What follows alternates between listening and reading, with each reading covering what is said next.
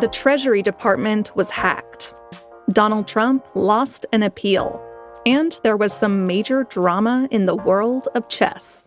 That's some of what we'll get to on the 7 from the Washington Post. I'm Hannah Jewell. It's Tuesday, December 31st, and this is our last podcast of 2024. Let's get you caught up with today's 7 stories. Number 1. The U.S. Treasury said it was hacked by a China-backed actor.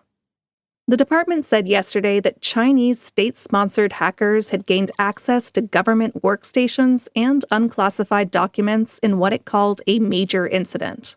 The department was notified of the breach on December 8th by a third-party software provider called Beyond Trust. That company said a hacker had gotten access to a security key, and that allowed the intruder to override certain security protocols. A Treasury spokesperson said that the Beyond Trust service has been taken offline, and that there is no evidence the hacker still has access to Treasury systems. The hack seems to be part of long-running Chinese espionage efforts against the U.S. government. The Treasury Department and the FBI are investigating the breach.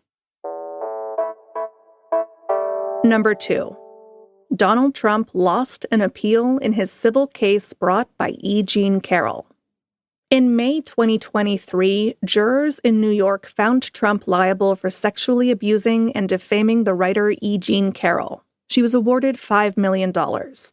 Trump appealed that decision. He argued that the judge in the case admitted evidence that he should not have. That includes an Access Hollywood tape first reported by the Washington Post in 2016, in which Trump talked in graphic terms about grabbing women. Trump's team also argued that the judge wrongly allowed the jury to hear testimony from 2 women who alleged that Trump had assaulted them. But a federal panel ruled yesterday that the judge's decision to allow the jury to hear that evidence was proper. So Trump's appeal failed. He is, however, expected to appeal again, possibly to the Supreme Court.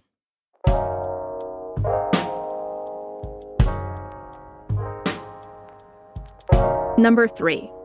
Jimmy Carter's state funeral plans were confirmed yesterday. Services to honor the 39th president will begin January 4th in his home state of Georgia. A funeral procession will include a stop at his childhood farm, a motorcade to Atlanta, a stop at the state capitol, and a service at the Carter Center. That's a nonprofit organization that Carter founded after leaving office. He will then lie in repose at the center from Saturday until Tuesday, January 7th. Then he'll be taken to Washington, D.C., where he'll lie in state in the U.S. Capitol. Finally, a state funeral will take place on January 9th at Washington National Cathedral. President Joe Biden will deliver the eulogy. Speaking of Jimmy Carter, I have a quick correction from yesterday's episode. Jimmy Carter left office in 1981, not 1980. Number 4. Investigators have key questions about the deadly South Korea plane crash.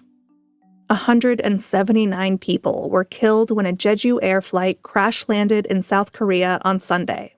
Now, American and South Korean investigators are trying to determine how and why the accident happened. Experts say investigators will be looking into a few questions. One is why a concrete barrier was built at the end of the runway. Its presence there may have made the crash far deadlier. Investigators will also seek answers about what actions pilots took in the lead-up to the crash, and whether birds in the area may have damaged one or more engines.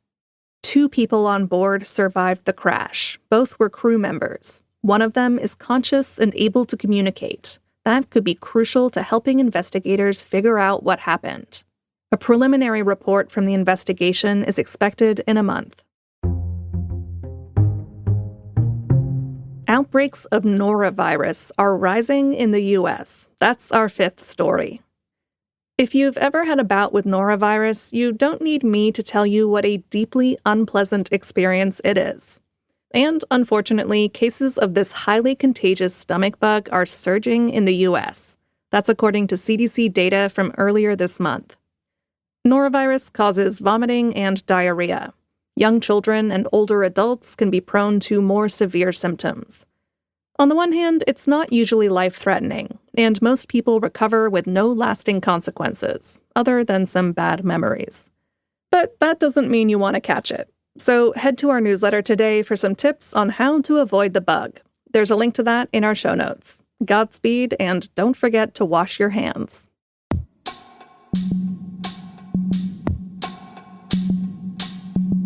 Number 6. Temperatures are about to plummet for a significant chunk of the country. A blast of Arctic air is moving into the U.S. Over the next few weeks, it could bring sub-zero temperatures to more than 30 states from the northern Rockies to the East Coast.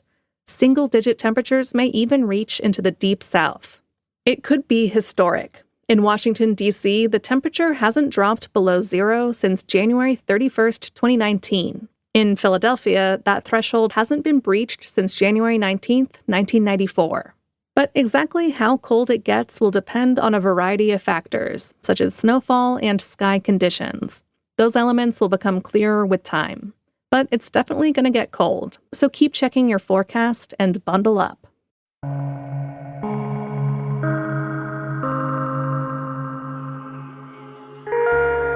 And at number 7, the chess world has been rocked by a controversy over genes.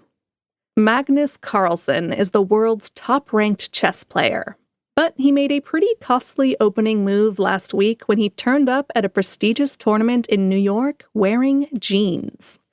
Jeans may be fine for a rodeo, but they violate the dress code at the World Rapid Chess Championship, where players are told to dress in clothes that reflect what organizers call the prestige and elegance of the event. When Carlsen refused to change out of his jeans, he was issued a $200 fine and forfeited a round of the tournament. Then he decided to withdraw. But now Carlsen and the officials seem to have patched things up. He said he would return to the tournament yesterday after officials made, quote, elegant minor deviations to its dress code. Carlsen said he would be showing up in his beloved jeans. Just another dramatic tale from the rock and roll world of chess. All right, you're all caught up. The podcast will be off tomorrow for New Year's Day, but since I plan to go to bed at 9 p.m. tonight, I will still be up early tomorrow sending the newsletter version of The 7. Sign up for that in our show notes, and you can get the 7 morning briefing delivered to your inbox early every weekday morning. It's where you can find links to all the stories we talk about here on the podcast. It's also where, just for tomorrow, you'll find a link to a robot reading the briefing, if your head hurts too much to read. I'm Hannah Jewell. I'll meet you back here on Thursday. Happy New Year.